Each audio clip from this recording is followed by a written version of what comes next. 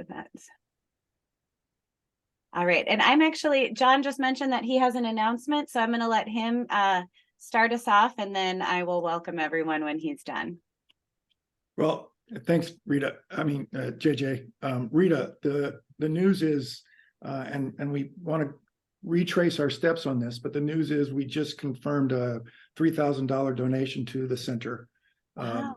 And pretty dang excited for any donation, but a $3,000 donation is yet another the weekend highlight that says people are starting to get interested. Yeah.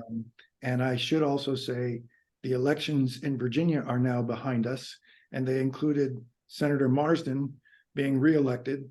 He and Senator Lucas, who was also reelected, were the creators of this $300,000 award to JMU for the Innovation Center. So that's great news. The vice rector of the Board of Governors was also elected to the clerk of the court in Fairfax County. He is an absolute enthusiast for the Innovation Center. Contacted me after last week's meetings to say, okay, it's time to turn all my donors toward their attention for the Innovation Center. So we're building some incredible momentum for the center, and just reconfirming that Senator Marsden has been in touch with the delegate Barry Knight, who was the architect of the original $300,000, and they have reconfirmed that, in fact, when that legislation passed with the allocation of $300,000 out of JMU's budget, that was done for in perpetuity. So we'll be coordinating with the legislative aid at JMU to ensure that that translation comes from Delegate Knight, Senator Marsden, Senator Lucas, so that that $300,000 every 2 years will be allocated to the Innovation Center for Youth Justice. Wow. That is extraordinarily exciting news. And now we get to have these kind of conversations to continue to use these incredible folks to bolster what the Innovation Center can produce. So happy to make that announcement. Yeah, that's a great way to kick us off. I'm very grateful for that. Yes. Thank you so much. Well, good morning, everyone. Thank you so much for taking time out of your day to be with Rita, Sean, and me for what I know will be an enthusiastic introduction to the ICYJ's capstone course, which we are tentatively calling Transforming Youth Justice Practicum. Still a working title in progress, which we would welcome your input on. This morning, you'll be getting an overview about the Youth Justice Minor Degree Program at JMU, the course objectives, the design and architecture of a course like this, and how you as Practice Network members can partner with the ICYJ to bring this practicum to life. So that we are respectful of everyone's time this morning, I know we set aside a very short amount of time to go through not just this capstone course overview, but also hopefully if there's a little time at the end, we can talk about 2024 internship. We're going to go ahead and jump right in. Rita will be kicking us off, and I have reserved time at the end for your feedback and any questions that you might have, but certainly don't feel like you need to, reserve everything until the end. If you've got something that you need clarification on, whoever's not speaking will kind of keep an eye on the chat or just unmute yourself and let's have a conversation. So just give me a moment to share my screen here. Let's see here. There we go. I'm not super good at this, but I'm going to keep trying. Here we go. There's my presentation view. Whoops, I almost X'd us all out of here. That would not be good. How do I? You guys can see what I'm doing as there we go. From the beginning. All right, there we go. All right, Rita, go ahead and kick us off. Good morning, everyone. I know many of you. For those, if you don't know me, my name is Rita Poteva. I'm an associate professor in the Department of Justice Studies at James Madison University.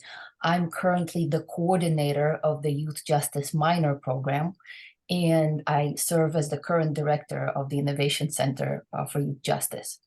So the two reasons why I'm so excited about this capstone course that we are developing. The first reason is that the course perfectly aligns with several objectives that we developed years ago for the Youth Justice Minor Degree Program. So before the pandemic, when we sat down with several faculty members at JMU and John, and we were brainstorming, what do we want this Youth Justice Minor Program to look like? We had this vision, a vision about the skills and experiences and the knowledge that this new generation of youth justice professionals should have. And some of the things that we've settled on, some of the objectives for the Youth Justice Minor Degree Program, you have in front of you on the screen. These are not all of the objectives, but I think these ones are most relevant for this capstone that we are proposing. The capstone maps directly onto these objectives. So we want to provide students with a comprehensive and critical understanding of the youth justice system and how it interacts, how it collaborates, how it fits with other youth serving systems in the country. We want to prepare students to formulate and effectively communicate possible solutions to challenges facing the youth justice system. And we want students to be able to practice evaluating existing and past policies in light of theory and research that they learn. And we want to offer students an extremely valuable direct experience with policy reform through establishing relationships and partnerships with youth justice leaders like yourself from Virginia and from across the country. So these minor objectives map directly onto the objectives of the Youth Justice 400 course that we are proposing. Well, the second reason for my enthusiasm emerges from talking to the first cohort of ICYJ summer interns. This internship program that you probably have heard about, that we're going to continue talking about. So after talking to interns, debriefing them, reading their research papers and reading their reflection papers, several things emerged. First of all, they all commented on the magnitude and value of this experience, of this internship experience, because it's real life. And I'm not kidding you, two of them have put it in all caps somewhere in their paper that this was real life. So also, interns reported that while classroom experience that they received at JMU, so JMU coursework, while it was definitely helpful to them when they were navigating their internship experience, they also learned so much more on the ground, being at their site. They wrote about that some of the things that they learned, they couldn't have or didn't have an opportunity to learn about in class. And this learning occurred, yes, it occurred because of direct observation and being kind of hands-on, but it also occurred because of the interaction that they had with so many professionals over the course of the internship.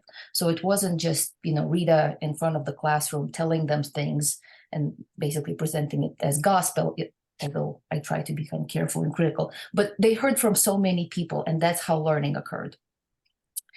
And they were really exposed to the complexity of the system. This was another theme emerging in their papers. And when I say complexity, I do mean, organizational complexity, subdivisions and acronyms and paperwork, but also the complexity of perspectives represented in youth justice agencies and among youth justice professionals that they encountered. So it almost it seemed to me like at first they had this perspective that youth justice practitioners and youth justice professionals are this monolith bunch.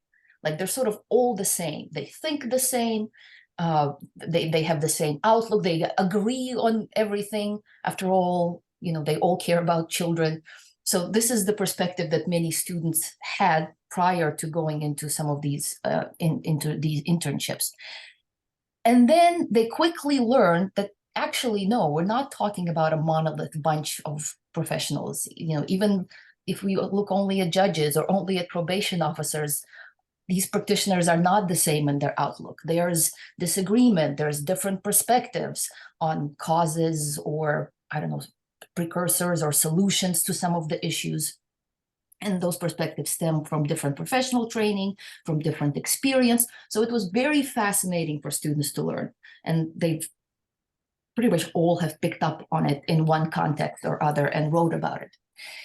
And finally, and very importantly, every single intern wrote about or spoke about the process of and the value of finding their professional voice. So they wrote about how they started the internship thinking that they don't have much to offer, that maybe they don't have the skills, or kind of, I'm just a student, I'm here just to learn. And while that's true, they also slowly realized that they can meaningfully contribute to day-to-day operations of their sites, but also they do have the skills and the knowledge and the critical thinking to come up with some valuable ideas that, you know, their senior peers are open to and listening to and also appreciate. And that was across the board invaluable. So this finding of their professional voice, this was a professional development opportunity and a personal development unfolding. So we're hoping that with this Youth Justice 400 course, we can further work on developing these themes and expose a larger number of students to it. You know, there's only were 6 interns during this first go round. We're going to have 20 students in the class. So they would benefit from some of these processes. So these are my 2 reasons for excitement. And to give you a little bit more detail on how we're envisioning the course being set up, I'm going to pass the baton to Sean McCarthy.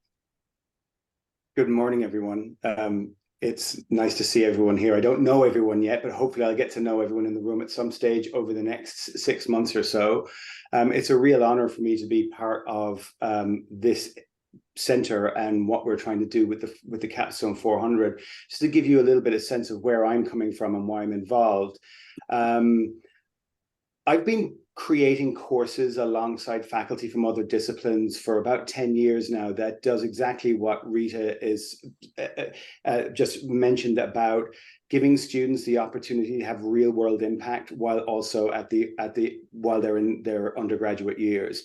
I've been working at a place called the JMUX Labs where up until last year, and now I'm running a center called the Cohen Center for the Interdisciplinary Humanities.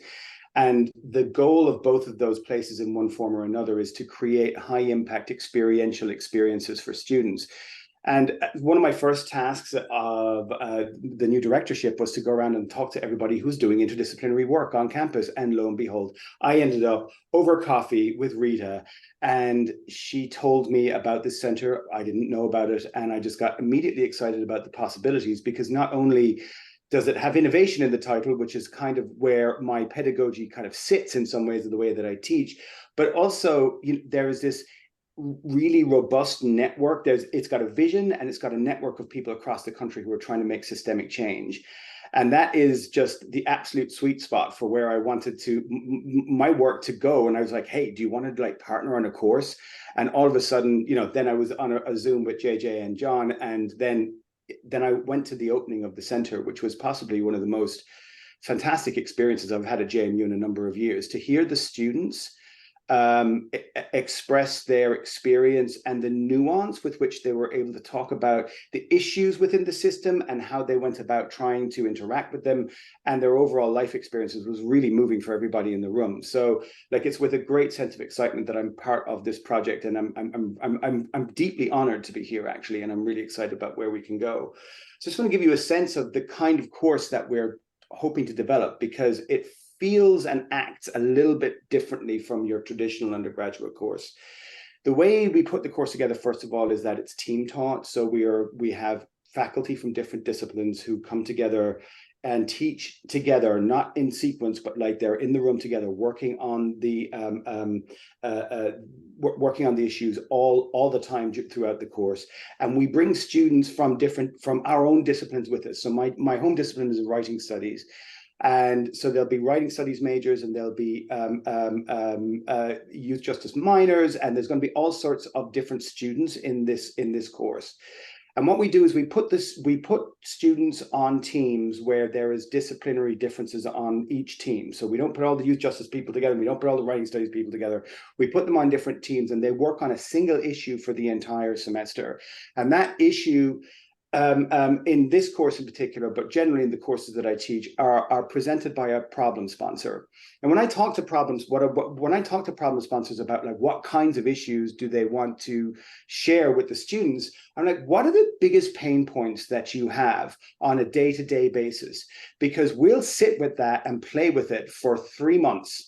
There'll be a bunch of faculty, there'll be some really creative and smart students, and we'll just spend time with that issue and see what we can come up with. We won't necessarily solve it, but we will present different ways of looking at it. We might even reframe it slightly, and hopefully we'll present good prototype, early stage designs for how you might actually go chip away at it, or actually try and solve it.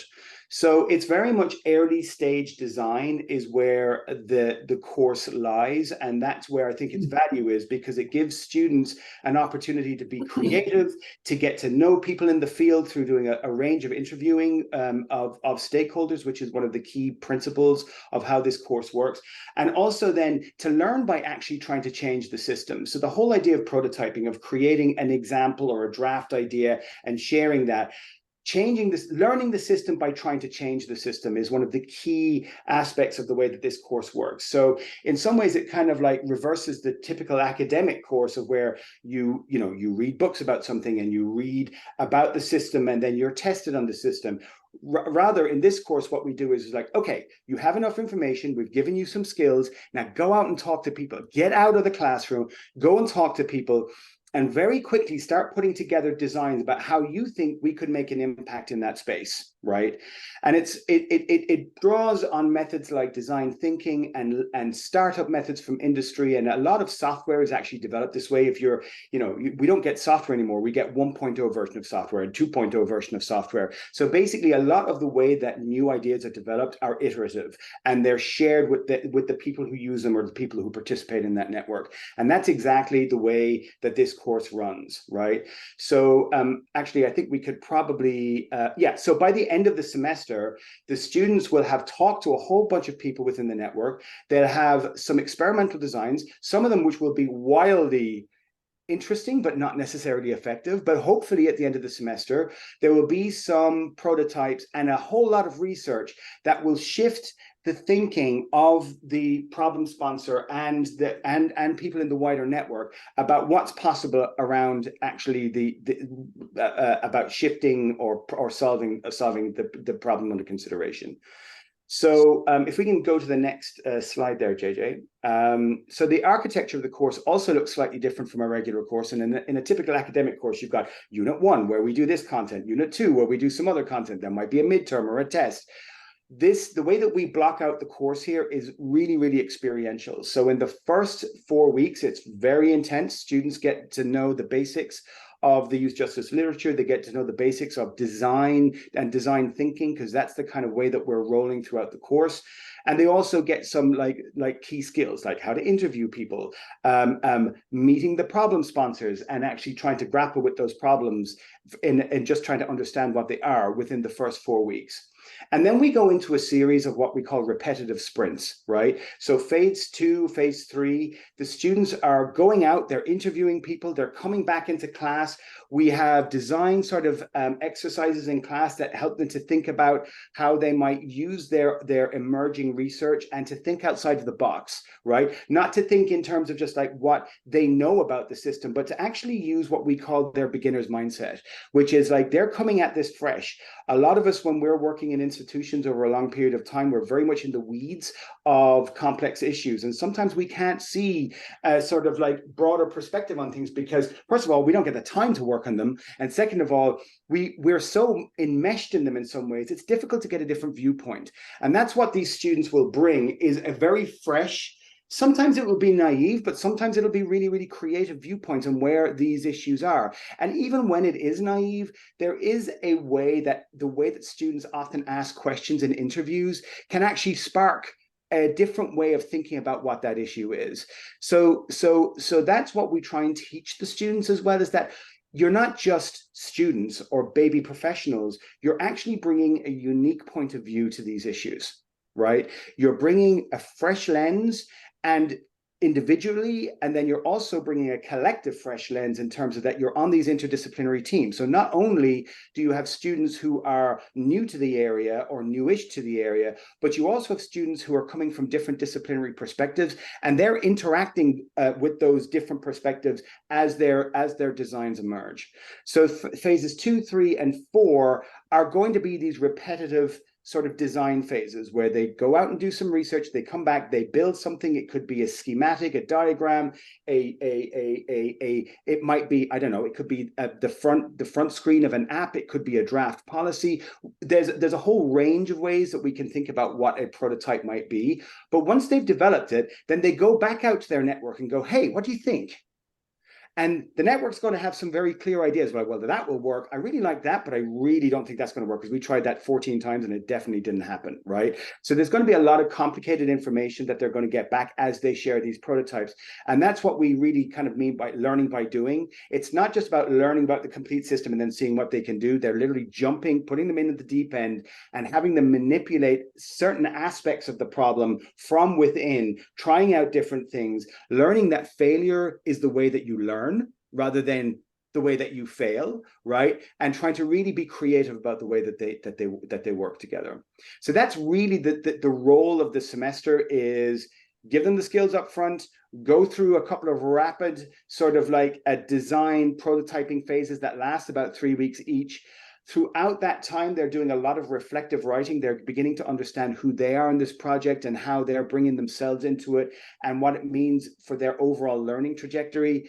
And then finally, at the end, they're going to settle on one idea that they think is the best, or that they and their network think is the best. And there'll be a final presentation where they will present that work and a dossier of all of their research. And that research will include, hopefully, a whole bunch of interviews that they will have done with people, both within the network and outside of the network, right? So let me give you an example. Like, I'm working on a course right now where students are working on a technology solution for the Department of State about inventory. Sounds really boring, but they came up with something really interesting because they found that one of the students couldn't find an interviewee, someone to interview that week, interviewed his uncle who was in a tech firm.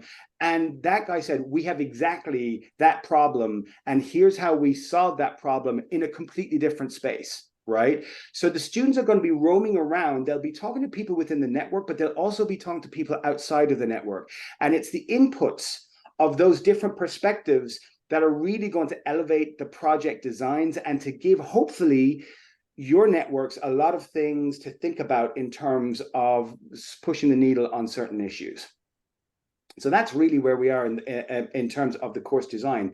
And what comes after this, JJ? Oh, the benefits. Well, I think I've kind of gone through some of the benefits, and I'd love to, if you've got any feedback about any of this, or if any of this isn't clear, we'd obviously love to chat with you about it. But basically, we get to sit with your issues for 3 months.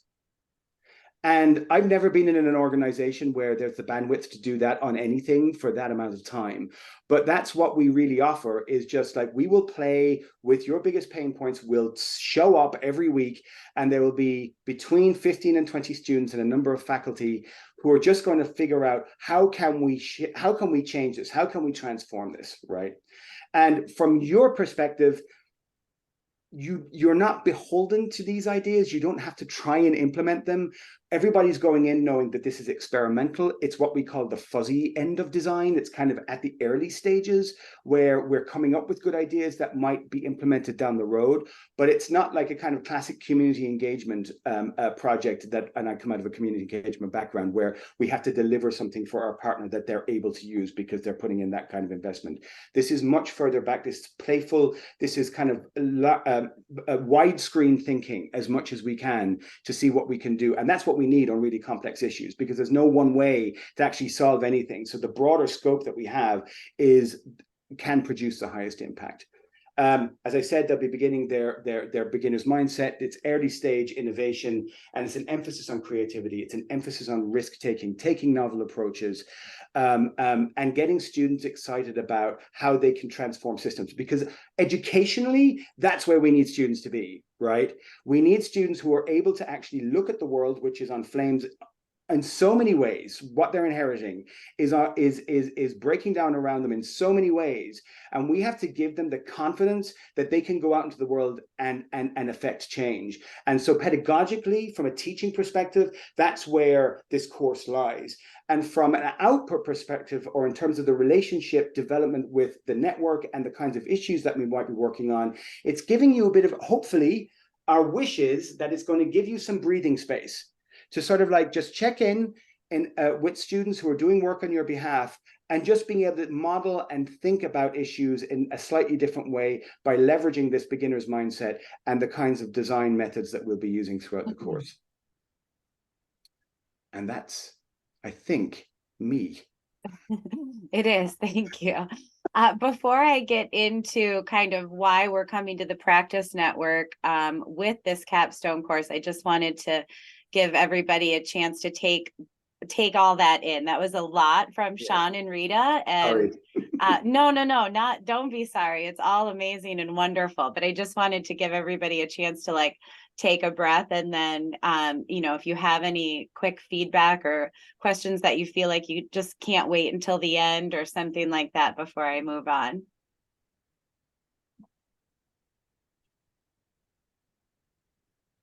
Okay.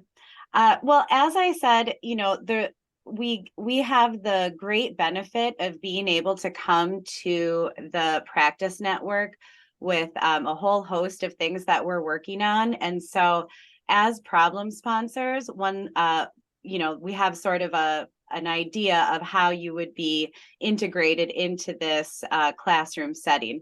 Obviously, you'd be working with Sean and Rita and myself on sort of fine tuning what your big problem is.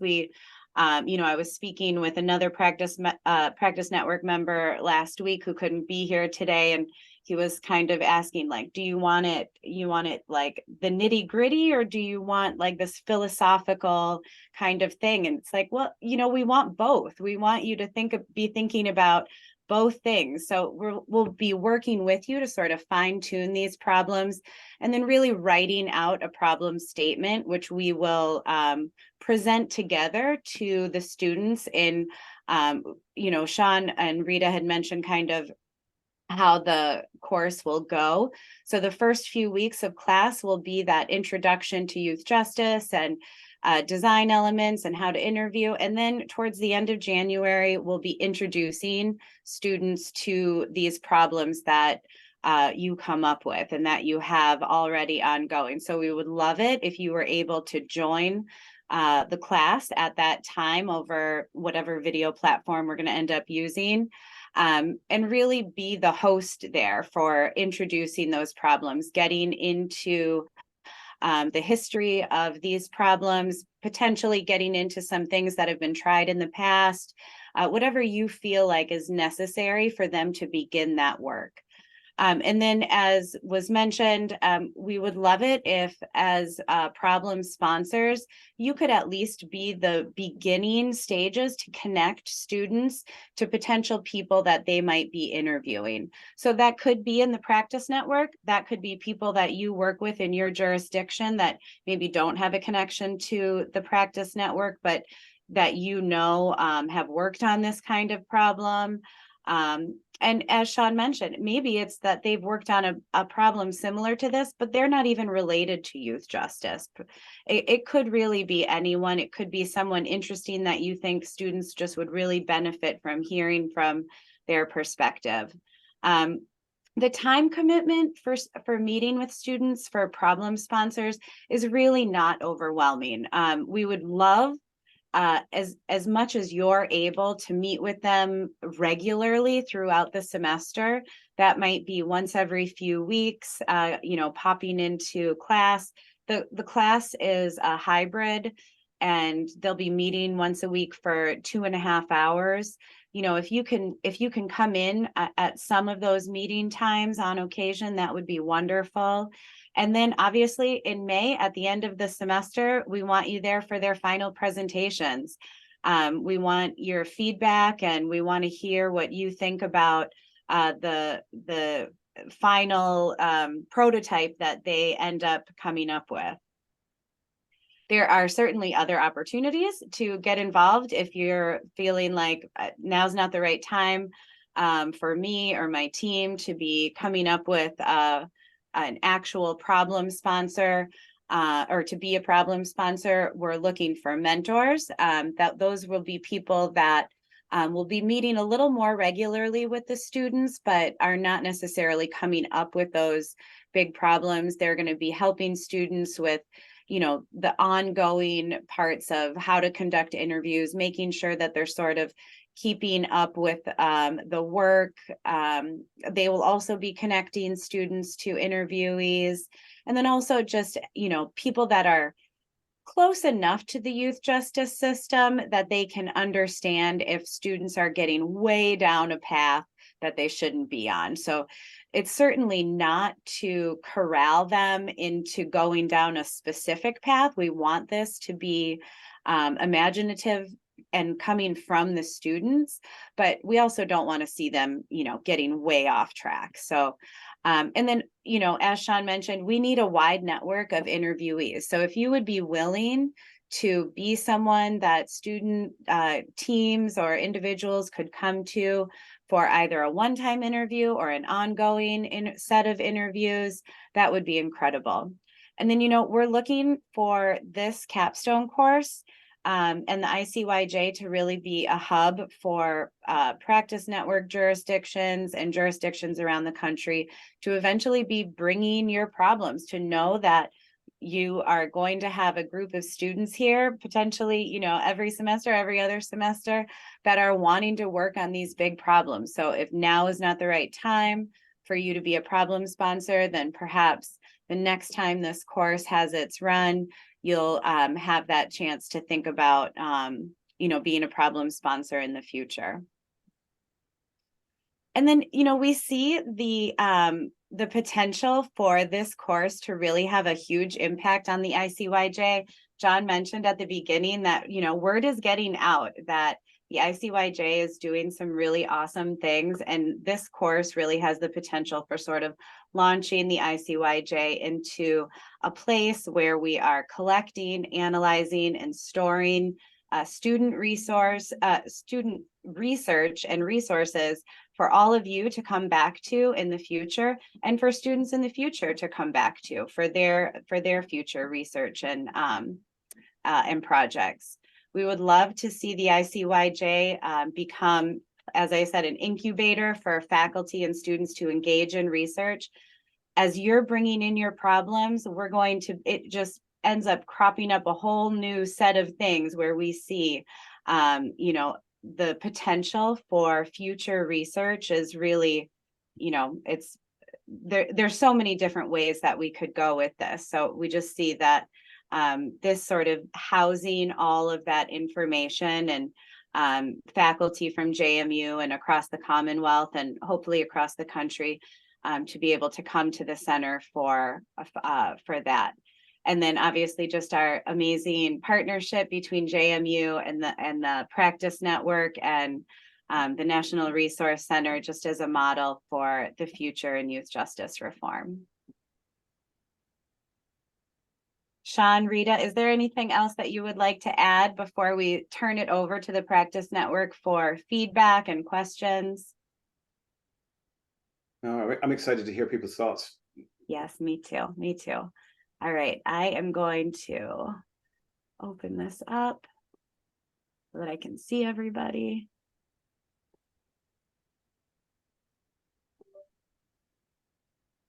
All right, there you all are. Oh, and we have a couple more that have joined that I couldn't see before. Sorry about that. You were all minimized on my screen as I was sharing. All right, I'd love to just open it up for feedback that you have, questions.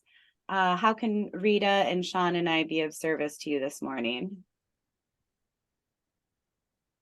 I'll just say, JJ, really exciting. Like this was obviously you guys really thought this out, and what a great experience for the students. So Yeah, thanks, Mark. I appreciate that. Hi, JJ. This is Keith Snyder. How are you doing? I'm great. I'm great. I'm so glad that you were able to join this morning. Thank you. My pleasure. It's good stuff. So first, I have to go back to knowing John for some years, and finally this concept, his idea of building something at JMU actually came to fruition. And so I'm sure he's really proud, and I'm actually proud of him for being able to pull this off and to see you guys there. You guys have. I was really impressed by all the presentations of you three down at JMU. I didn't know you were this big. I thought it was like a one-person shop. So really good to see that you have a group of people who are working on this. I'm retired from the field now, so I'm not sure what I would be able to add. I'd be certainly happy to talk with folks. Where part of where my head was going was in implementing some reforms in the past. There's some tricks of the trade that you learn through leadership skills, you know, how you involve other people to what you're going to do to make your goal successful and actually accomplish what you want to accomplish. And the other piece I was thinking in the back of my mind is with implementation. Obviously, the students are going to be, I think, brainstorming a problem and trying to figure out solutions to a problem. My experience is then that's a really important part. The next step is then implementing it. And that's where a lot of the tricks are. Folks around the country will tell you that as well. So that's kind of just two areas that I was thinking of myself. But so I know John knows where I come from. If there's some way that you guys think I can be of assistance, don't be afraid to reach out. But really nice to hear. I think it's really cool, the concept that you're developing for the students there. And I'm not sure how many other undergraduate programs will be able to offer them what you guys are offering them now. So good stuff. Nice to meet you. And just wanted to share a few thoughts. I appreciate that, Keith. Thank you so much. I totally agree. Yes, that getting to hear what the students come up with will really be like phase one. And then if any problem sponsors decide to take their ideas and run with it, implementing it is always something that I think organizations in no matter what field you're in, organizations are running into how we implement it most effectively, right? Yeah. Hey, I might add, Keith, what a wonderful addition in your thoughts there. To Rita and Sean, the whole course could not just be problem solved, but part of implementation on the approach that you've developed to solve the problem. I don't know if that's contemplated, but making that a part of the process is so core to system improvement that's sustainable and measurable. Part of that discussion for these students could be not just what's the plan, but how do you implement the plan as well as fundamental to the course. So Keith, what a great perspective. I'm glad you shared that. Sure. If I'm just one other thought before I turn my mute button off again. And as when you guys were talking about the internships that the students did previously and then came back, what was occurring in my mind was I'm sure they exchanged information and talked about, you know, their experiences, but what a really good story about organizational behavior and leadership locally that they all experienced and that they could compare with one another. Say, all right, this is what I saw. I had a really good guide, you know, the organization was really good. And other people comparing to what they saw, which may be just as good or maybe not so good. And they could kind of compare what they witnessed and learn from that to say, all right, this is kind of the direction that where I would want to go if I'm ever in a position like that. So thanks. Keith, we have two hosts from two of the 4 internship sites on the call, Mark in Cook County and Bev in Lincoln. We also had Paul out in Seattle and Matt Thompson in Fairfax were hosts some of these interns. So these guys, particularly congrats because they're on the phone, but Mark and Bev, all those experiences that Rita characterized, they were created by the oversight and the partnership that Bev and Mark and those other two provided for this. It was incredible. And with the growth that was talked about, we hope to have Gerald Moore and Adolphus Graves and others in the future growth of internship sites. And Keith, you're absolutely right in that another round of learning occurred after the students got finished up with their internship experience. And then we had several debriefing sessions where all of them together got to share what they experienced. And actually, I think 5 of the interns will be in this capstone course. So, and possibly we're gonna make them, I don't know, team leaders or something.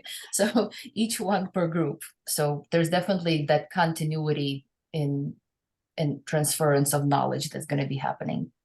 And Rita, the straightforward ask of these folks is, with this understanding of what we're trying to accomplish, be a problem sponsor. Identify a set of problems that you may pose for this collaboration of students in the course. Is that as simply put as the ask for the people participating on the call? Yes, we are looking for problem sponsors, mentors, or people to be interviewed. So, Thanks and for we're looking for about, Sean and I were thinking, and JJ, 4 or 5 problem statements, and they have to be pretty complex, not easily solvable at first glance. Ideally, something that is layered and will require students to explore different perspectives by talking to people who hold different positions in youth justice and maybe adjacent youth serving systems.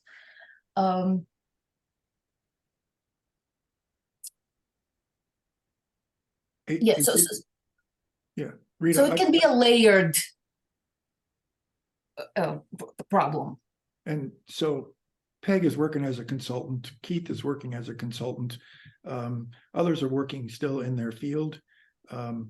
I thought about the way I would write this down, and I'm going to try to make a joke. I mean, every one of you on the call, you have issues.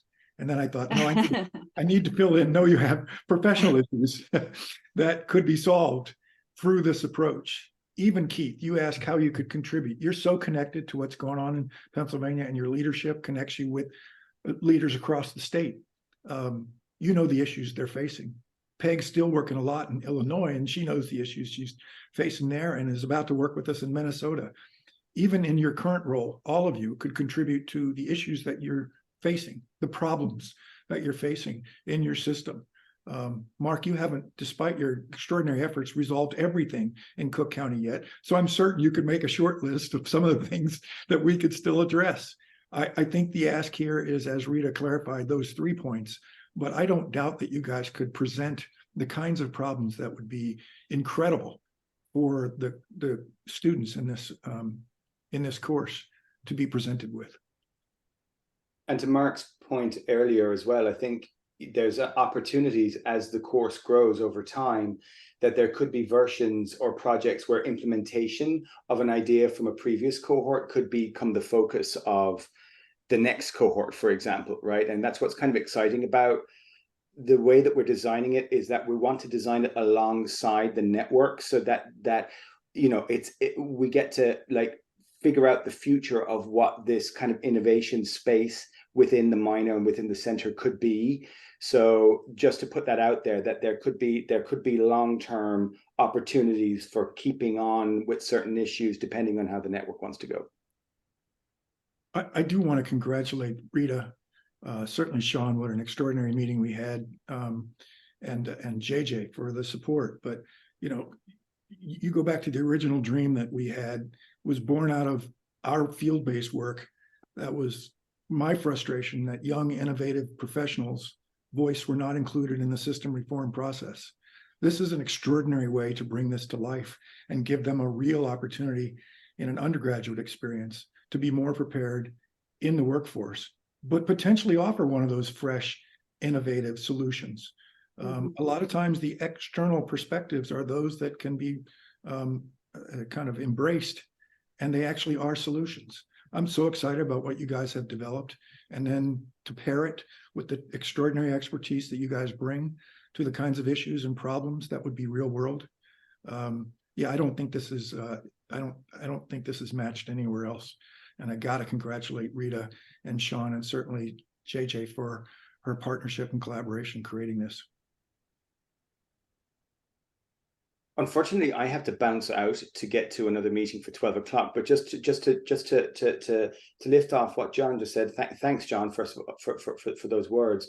But also in my 10 years developing this kind of methodology with others at JMU and working with people all over the world doing it, I've never had the opportunity to work with a network that is so interested in participating, and that there's this onward movement beyond every year to continue the work, and that students are coming in with a certain with experience from internships and getting to share that with students that are maybe new to the field.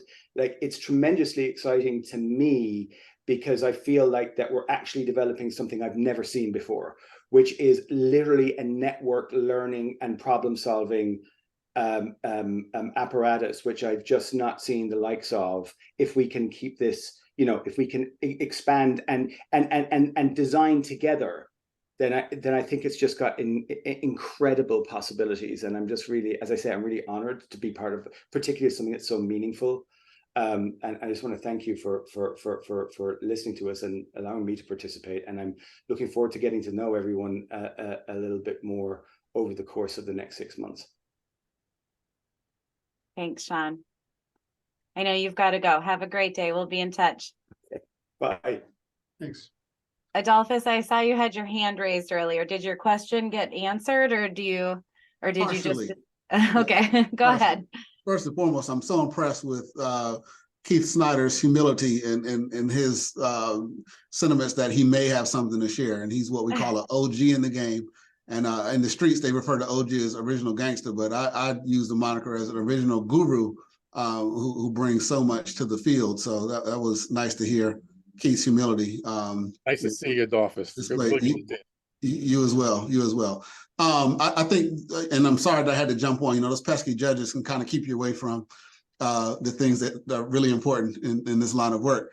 But when I jumped on, I do believe there was a great deal of synergy, and it was kind of like a continuum of what we experienced last month at the symposium, where you all did a great job of capturing what the students brought in that fresh perspective to the field into something that's tangible and attainable now through this project. So I just want to say kudos for kind of maintaining that momentum from what I saw, which I'm sure was established before the actual meeting and symposium, and you all had experienced that before, but for me, just seeing it at the symposium and seeing how it's brought forward now, done a great job of carrying forward that momentum and that feel of that fresh perspective being ultimately what we need in the field to do this thing differently, locally, state levels, and nationally, and how we really change the course of what juvenile justice looks like, including the voice of those that are often omitted from the conversation, and that being the students. The interdisciplinary approach to that work as well, and understanding the value of that. I think I felt that as well, you bringing that forward, so that's huge. And that's kind of where my question was, John, is that how far or what is the connection to our daily role, for example, that you would like to maintain for the big problems, for example?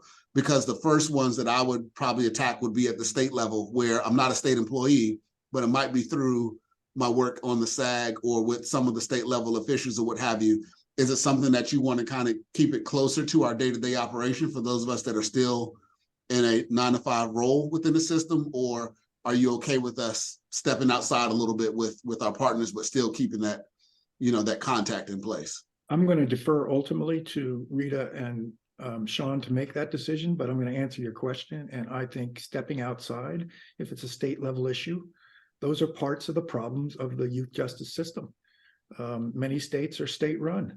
So if you have knowledge of that, Adolphus, I think that's a problem that would be could result in a problem sponsor. We may need some support from a state level official, but Rita, Sean, I would endorse that. These are real life, real world problems.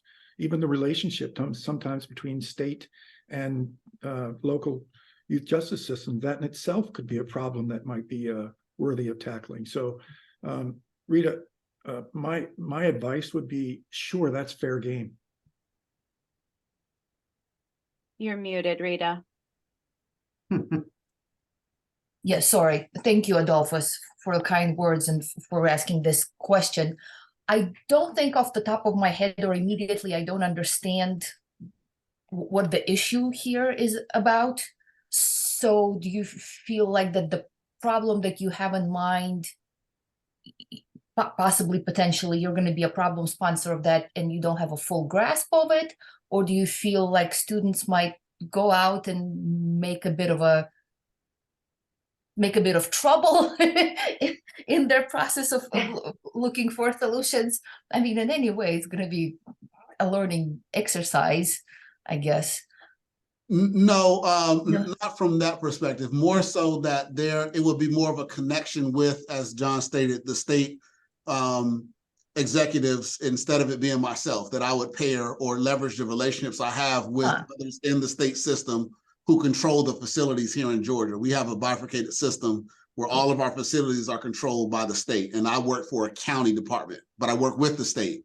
So I have a lot of relationships there, but it wouldn't be working directly with my organization that I work for in a 9-to-5 capacity. But I think some of the things that came to mind that would be a lot more complex would be me, for example, linking you all with, let's say, a regional director for, the entire state as opposed to my jurisdiction.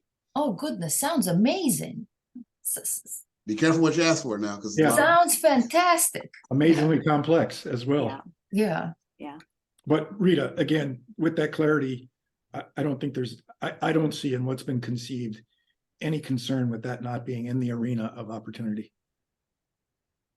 Beautiful. Yeah. Thank you. I was going to suggest, John, since you mentioned Illinois, that I'm not in the system anymore. I'm outside of it throwing rocks. But Mark is still in the system, and we have Lisa as a partner. I'm assuming she's part of this network, but couldn't be here because she's doing a million things. But I think if we got a few key Illinois people together, we could come up with a problem statement that relates to multiple system issues that we have here in Illinois. And it probably wouldn't be my problem statement, but I would be happy to do interviews or mentoring. And, we all, after 40 some years, a lot of people. So when folks are looking for a particular kind of person to interview, whether it's in this state or in other states, I know we can find them. Peg, I completely support that. That would be just a colossal example, Rita, of a challenging multi-system issue that would benefit these students in an extraordinary way. Yeah, I mean, right now I'm thinking about there's lots of publications in Illinois that are coming out about the conditions of juvenile detention. And we've got no one with the authority to say, shut down that facility. You can't operate based on the fact that kids are locked up 23 hours a day and you don't have enough staff on the floor, et cetera, because there's all of these agencies who have some oversight and some funding and nobody with authority. So that would certainly be part of the Illinois piece I'd like to see somebody look at, and I know they're grappling with at the state level. Mark is looking at me like, what did you sign me up for? Mark's got his hand up. Mark, you're next. No, not at all, Peg. That's great. To Adolphus's point, like I was kind of thinking the same thing. Like I think a lot of the issues that we could come up with as a problem are going to have multiple layers, and Illinois is set up similar to Georgia in the fact that we're a state agency within a county. If that makes any sense whatsoever, because it's never made sense to me. But I work for the court. The court is a state agency, but we're paid for by the county. It makes it a county issue. It makes it a state issue. And in many respects, it's also a city of Chicago issue, as they contribute the majority of the youth that we have in the system. So, but I guess my question is just slightly different is, and Peg kind of touched on this, is I would want to make my problem statement something that is achievable for the students, that would give them some challenges, that it's not the same statement as Adolphus might come up with or Bev comes up with. So I don't know, is there going to be any technical assistance as we write these problem statements, so that we make sure that it's the best for the students? Absolutely. Thank you so much, Mark. Yes, I think so. We would like to settle on the final set of problems around Christmas. So between now and then, please send your ideas, however small or larger philosophical statements, or, and they can be phrased. The problem statement that I've seen from Sean for past classes for other disciplines, they are a paragraph or 2 paragraphs outlining what's going on and what students should kind of focus on. If you have a paragraph length thought or 2 paragraph length thoughts, please send them to JJ. We're collecting that. If you have like a 2-sentence length thought, also please send to JJ. Maybe we will combine, I don't know, go deeper. So between now and Christmas, we are doing brainstorming and, yes, technical assistance to settle in on 4, hopefully diverse, different issues. And just to clarify kind of time involvement of these 3 types of participants: problem sponsors, mentors, and interviewees. So when I say interviewees, students will be talking to interviewees once, maybe twice, so they might reach out further down the road again for about 20 to 30 minutes, Zoom or phone call. So that's a pretty kind of limited involvement. Problem sponsors, we're looking for obviously, initial presentation, presence for students presenting their results at the end in May, and maybe getting in touch with students every 3 to 4 weeks, just to check in, for them to check in with you. This is where we are. So involvement for problem sponsors is also not that extensive. For mentors, it's a little different. So mentors are kind of sounding boards and a little bit of helping students navigate, not so much hand holding and definitely not coming up with solutions for students, but rather kind of hearing them out where their progress is and suggesting, yes, you should look there. No, it doesn't make sense to go down this path, and keep talking to more people. I don't know, to more journalists, for example. You already talked to journalists. So I would say that mentors and problem sponsors, but especially mentors, will have a closer relationship with students in terms of frequency throughout the semester. So when you decide what role your passion and schedule allows for, please keep that in mind. But for now, you can throw a problem out there, even if you don't want to be a problem sponsor, and maybe someone else has a similar thought and would like to pick that up.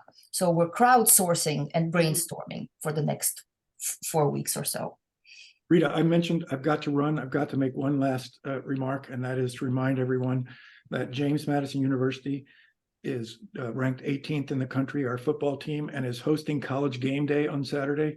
Once again, the fine institution of JMU is hosting yet another winner. Congrats, John. Thank you very much, John. We would expect nothing less than for John to end on a football statement. Yeah, I think for recording purposes and respect for everyone's time, we should begin wrapping up. Any questions that